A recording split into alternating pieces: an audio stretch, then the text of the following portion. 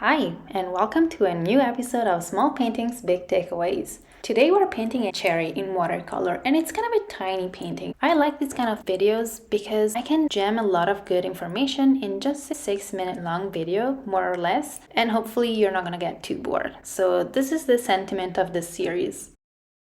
Today's video is all going to be about creating an underpainting that will give your subject more dimension. It's quiet, nobody can see it, but that's the structure of your painting. We're also going to be talking about paint consistencies because to have a successful underpainting, you need to know what paint consistency you're going for before you put it down.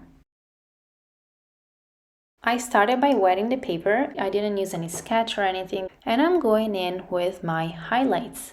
I'm aiming for some bluish kind of highlights. I'm using French Ultramarine Light and some quinacridone red. You may be wondering why cool highlights? Well, the reason is the local color is red, which is a warm color by nature. Whether it's a cool red or a warm red, they both fall on the warm side of the color wheel.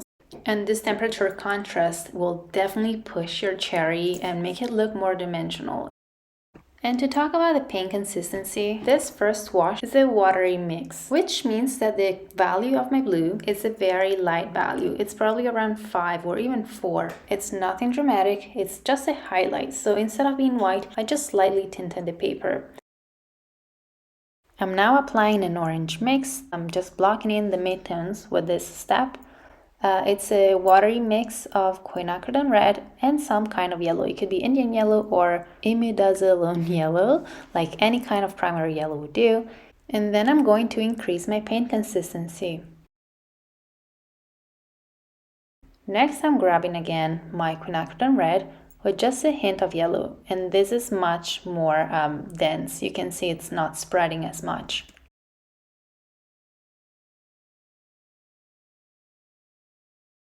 This is where I start shaping my cherry. So I'm working around the highlights. Sometimes I overlap them just to make it look more organic. Like nothing in nature is symmetric. My number one mistake when I was a beginner was painting along all the sides of a subject. Like I would close the entire shape. And because I was there, I know like you have that urge within you that makes you want to paint every single corner of your painting. If you're one of those people like I was, I would recommend you just practice painting something simple like a cherry is perfect and just leave some areas unfinished. Pick like one spot and you say, I'm not gonna paint here, no matter what. Anywho, now I'm going in with an even thicker mix. And by the way, this brush is great for picking up the paint even when it's a little bit harder. Its bristles are quite firm, but it's still at the same time flexible enough for me to paint the way that I like to paint, and it comes to a fine point, which is a plus. So even if the paint is a bit drier in your pan, you don't need to over rub it with brush. Like if you're using this kind of calligraphy brush, it comes up quite easily. And that's the main reason why I'm using this brush right now.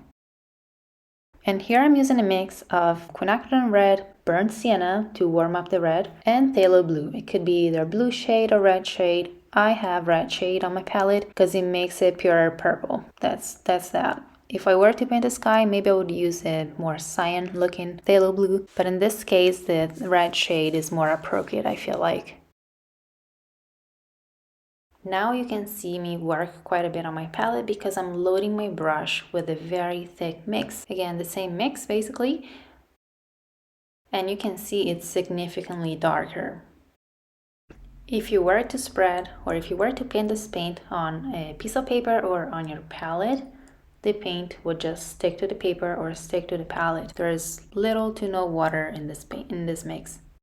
This is exactly how I control painting wet on wet. So my water is not in my brush anymore, but it's more on the paper. And yes, it's watercolor, so we need water somewhere, somehow, to paint with this medium. But that doesn't necessarily mean you need tons of water on your brush, on the paper. That way you have no control if you're trying to paint something that's not an abstract painting.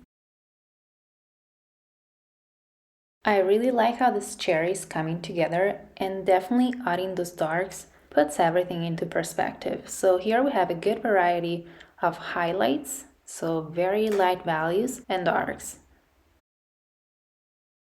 And all along, when I need to reassess my painting, look where I'm at, I check my tonal values in Masstone scale. You don't see it in this frame, in this window here that I'm filming, but it's always next to me. That is a great way for me to understand where I am and how much further I want to take my paint consistency with any given color, really.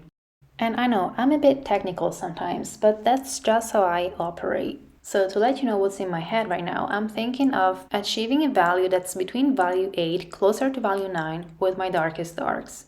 And the fact is that I'm always thinking of highlights, midtones, and shadows when I paint.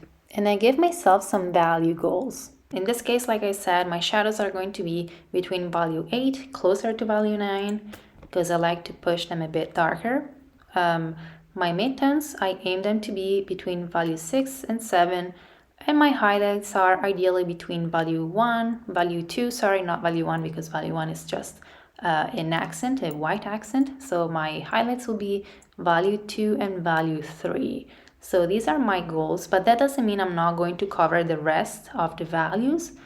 And the way I achieve that full range of values is basically by using the water, the help of the water in watercolor to my favor. So that's going to do the rest of the work for me.